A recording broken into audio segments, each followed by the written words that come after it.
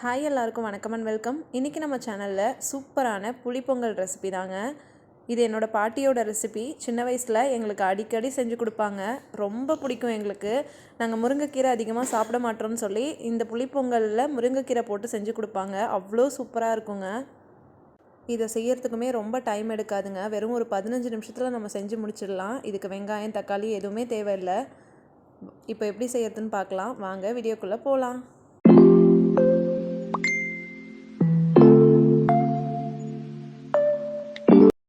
இப்போது புளிப்பொங்கல் செய்கிறதுக்கு நான் ஃபஸ்ட்டு அரிசியை ஊற வச்சுக்கிறேங்க. சாப்பாட்டு அரிசி தான் எடுத்திருக்கேன். இந்த கிளாஸில் நான் 1 கிளாஸ் எடுத்திருக்கேங்க. அதை சேர்த்து நல்லா ஒரு 2-3 வாட்டி வாஷ் பண்ணிவிட்டு தண்ணி ஊற்றி ஊற வச்சுக்கலாம். ஒரு அரை மணி நேரம் ஊறட்டுங்க. இது கூடவே நான் சின்ன லெமன் சைஸ் அளவுக்கு புளி எடுத்திருக்கேங்க. அதுவும் சேர்த்துட்டு அதில் கொஞ்சமாக தண்ணி ஊற்றி அதை நல்லா கரைச்சி வச்சுக்கோங்க. 1 கிளாஸ் அளவுக்கு தண்ணி ஊற்றிக்கோங்க. இப்போ இது ரெண்டுமே இருக்கட்டுங்க.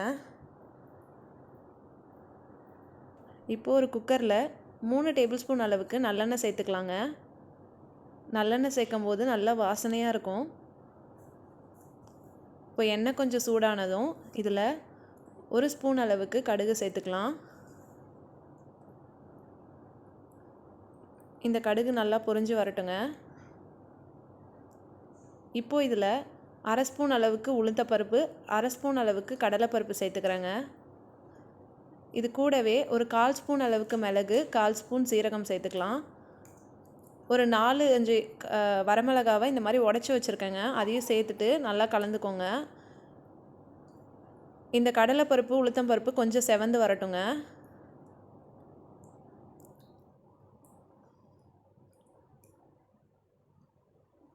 இப்போது இதில் வறுத்து தோல் எடுத்து வச்சுருக்க வேர்க்கடலையை ஒரு 2 டேபிள் ஸ்பூன் அளவுக்கு சேர்த்துக்கிறேங்க. இது கூடவே ஒரு கொத்து கருவேப்பிலையை சேர்த்துக்கலாம். ஒரு 1/4 ஸ்பூன் அளவுக்கு பெருங்காயத்தூள் சேர்த்துக்கலாம். சேர்த்துட்டு இதை நல்லா கலந்துக்கலாங்க.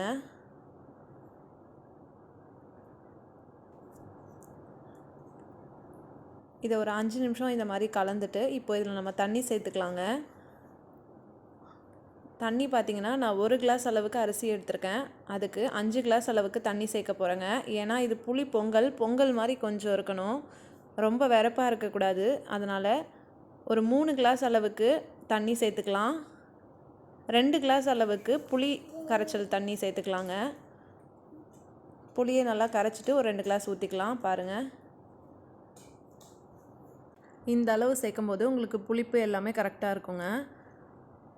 இப்போது இதில் நான் மஞ்சத்தூள் ஒரு 1/4 ஸ்பூன் அளவுக்கு சேர்த்துக்கிறேன். சேர்த்துட்டு நல்லா கலந்துக்கலாம்.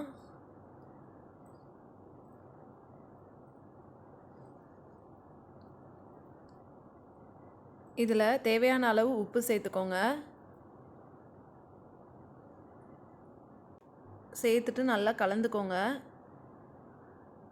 கலந்துட்டு அடுப்பை ஹை ஃப்ளேமில் வச்சு இது நல்லா கொதித்து வரணுங்க. இது இருக்கட்டும்.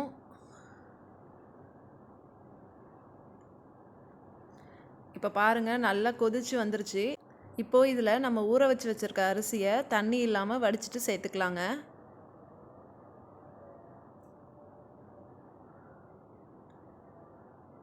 எல்லாத்தையும் சேர்த்துட்டு இதை ஒரு வாட்டி நல்லா கலந்துக்கோங்க.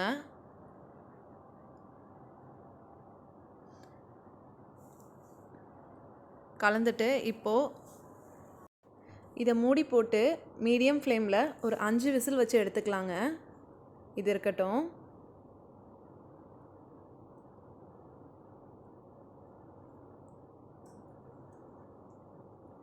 இப்போ பாருங்கள், ஒரு 5 விசிலுக்கு அப்புறம் நான் ஓப்பன் பண்ணுறேன். ரைஸ் சூப்பராக வெந்திருக்கு பாருங்கள். நம்மளோட புளிப்பொங்கல் சூப்பராக ரெடி ஆகிடுச்சு. இப்போது ஒரு கரண்டி வச்சு நீங்கள் லைட்டாக மிக்ஸ் பண்ணும்போது உங்களுக்கு பொங்கல் பக்குவத்துக்கு கிடச்சிருங்க. பாருங்கள், எனக்கு கொஞ்சம் கூட அடி பிடிக்கவே இல்லை. இதை நீங்கள் குழந்தைங்களுக்கு லஞ்ச் பாக்ஸுக்கும் செஞ்சு கொடுக்கலாம். குழந்தைங்க விரும்பி சாப்பிடுவாங்க. புளியோதரை சாப்பிட்ணும் போல் இருந்துச்சுன்னா டக்குன்னு இதை நீங்கள் செஞ்சு சாப்பிட்லாம்.